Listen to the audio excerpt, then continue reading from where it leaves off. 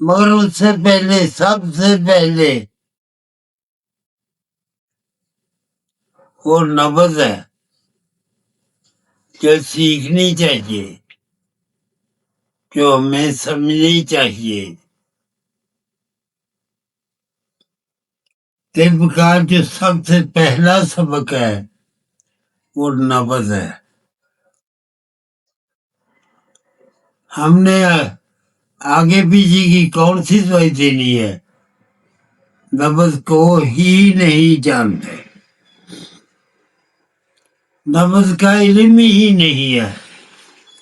بہت سارے استادوں کو دیکھا ہے، وہ نبض پڑھا رہے ہیں، نبض سکھا رہے ہیں، مگر خود نبض کو نہیں جانتے۔ میں ایسے ہی بات نہیں کر رہا، ہم ہر سال کے بعد نبض کی ایک کلاس کرتے ہیں۔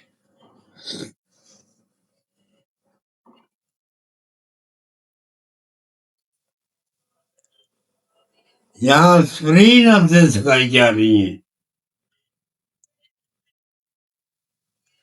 ان کے پاس لوگ اس طرح سے نہیں جاتے،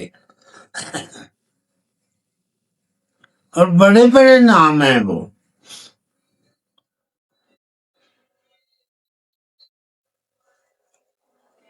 انشاءاللہ یہ 10 تاریخ مارچ کو، یکم اپریل سے لے کے 10 تاریخ تک نبض کی کلاس ہے۔ ہم لیں گے جب اس کو سمجھیں گے، انشاءاللہ بہت سارے راز آپ کے پاس کھل جائیں گے۔ نبض کیا بتا رہی ہے؟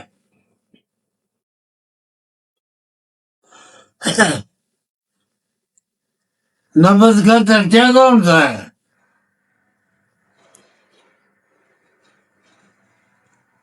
وہ بتا رہی ہے کہ جو آگے مرض کا درجہ ہے وہ کہاں تک پہنچے گی، وہ دنوں پر محیط نہیں ہوتا۔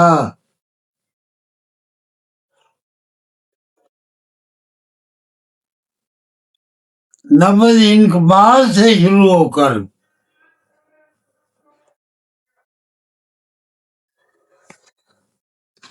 موت تک پہنچتی ہے۔ اس وقت کون سی نبض ہوگی، نبض کیا بتا رہی ہوگی؟ انشاءاللہ آپ نبض کی کلاس میں آئیں گے تو آپ پر یہ باتیں کھلتی جائیں گی۔ جب سیکھنا ہی نہیں ہے، خود کو ہی بڑا سمجھتے رہنا ہے، پھر یہ حالت ہوتی ہے۔ 2 نمبر کی تاریخ کو کوئی 5 نمبر کہہ رہا ہے، ہم نے دیکھا کہ ایک نے اس کو 6 نمبر بھی کہا۔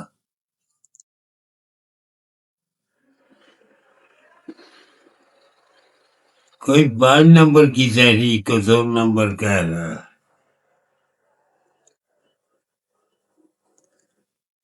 اب آج اس زمانہ اور دور میں طب کیوں بدنام ہے؟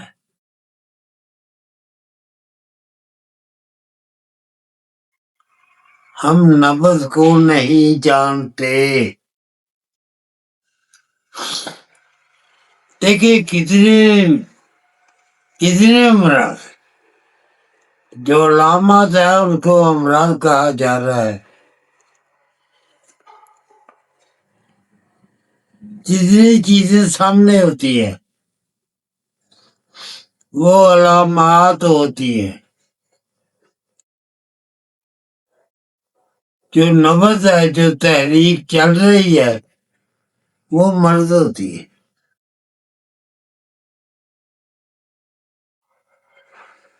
وہ مرد جب پیدا ہوتی ہے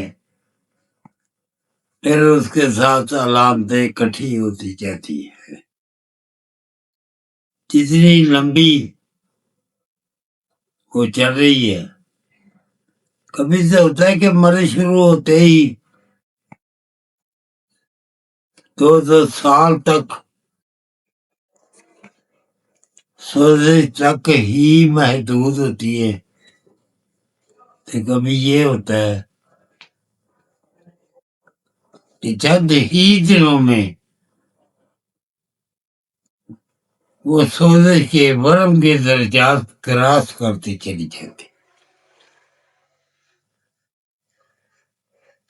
جب مریض آپ کے پاس ہے اس وقت مریض کس درجے پر ہے؟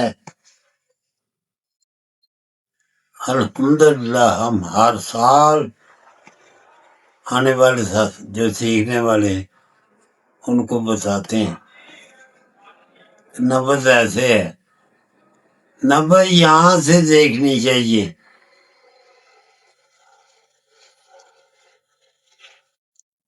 ہم نے تو مریضوں کے پوروں پر حکیم صاحب کے جو ہاتھ دیکھا ہے وہی بہت غلط جگہ سے دکھایا جا رہا ہے. یہاں نبض کا واسطہ ہی نہیں، یہاں سے نبض دیکھنی ہی نہیں.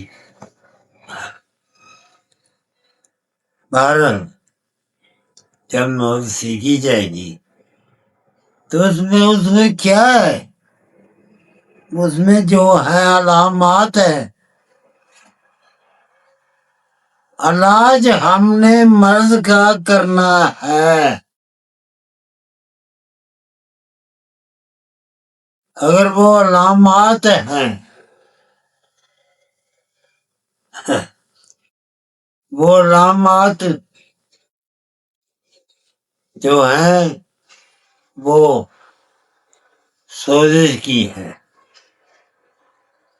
نبض آپ کو سوزش بتا رہی ہے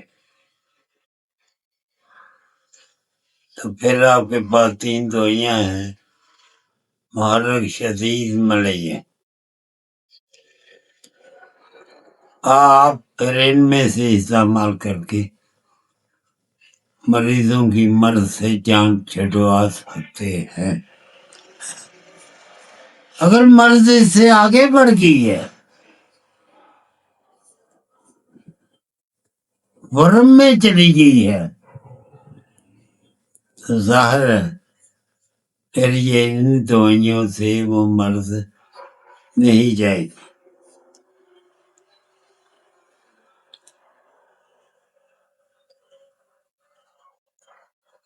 یہ قانون مفرزہ کی 6 نبضیں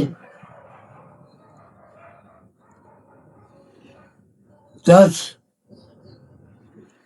مفرد نبضیں. کسی نبض کے 2 انداز ہیں، کسی کے 3 ہیں، اور 14 مرکب نبضیں کے تحت ان کے اندر اچھی طرح سے نشین کرا دی جائیں گی. آگے کس نے سمجھنا ہے یا اس نے وہی ادھر سے ادھر ہی اپنے دماغ میں گھومتے رہنا ہے تو پھر بھائی وہ سیکھنے والے کی قسمت ہے. بہرحال سب سے پہلے اسٹیپ سیکھنے سے پہلے ہمیں نبض کو سیکھنا چاہیے. کتنی باری باری جن کو ہم امراض سمجھتے ہیں جیسے شوگر ہے، کینسر ہے، کیسٹرول ہے، یرکان ہے، ٹی بی ہے،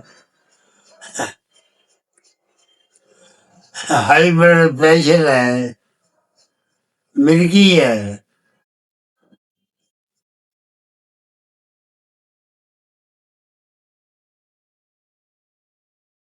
آج بلوری ہے کہ یہ نام دے دی ہے مگر سب یہ جو ہیں یہ علامات ہے. ہم نے ان کا علاج نہیں کرنا ہوتا. ہم نے علامات کی دوائی نہیں دینی ہوتی. ہم نے دوائی دینی ہے مرض کی، جس کو تحریک کہتے ہیں.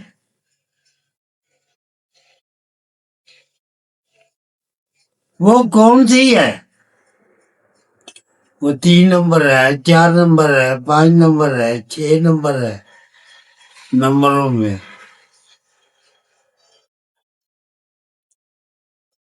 وہ جو سامنے یہ وہ اصل مرض ہے. چاہے علامتوں کی آپ کو سمجھ لگی ہے یا نہ بھی لگے، پہلے چلتے ہوئے تو نہیں، بعد میں آدمی ماہر ہو جاتا ہے بغل لگانے پر.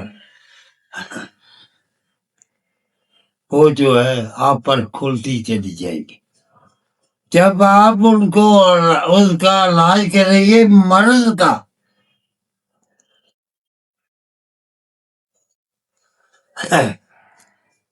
تو علامتیں خود بھاگتی جائیں گی.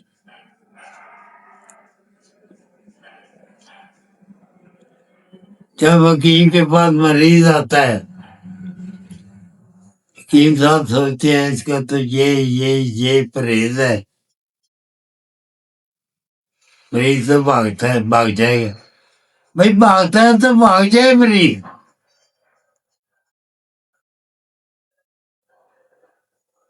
ایک وقت آئے گا آپ مضبوط ہوں گے.